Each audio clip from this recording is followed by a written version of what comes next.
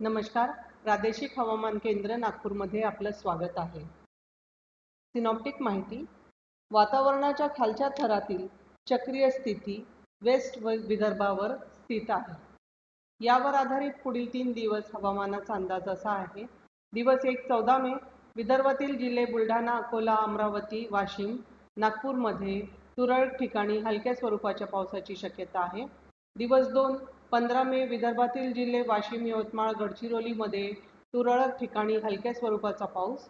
दिवस 3 16 मे विदर्भातील जिल्हे बुलढाणा, अकोलामध्ये तुरळक ठिकाणी हलक्या स्वरूपाच्या पावसाची शक्यता आहे. हवामानाचा इशारा.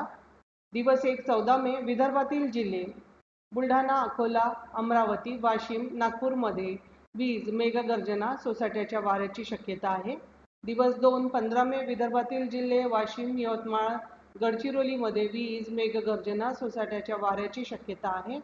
दिवस 3 16 मे विदर्भातील जिल्हे बुलढाणा, अकोलामध्ये वीज, मेघगर्जना आणि सोसाट्याच्या वाऱ्याची शक्यता आहे. स्थानिक शहर हवामानाचा अंदाज.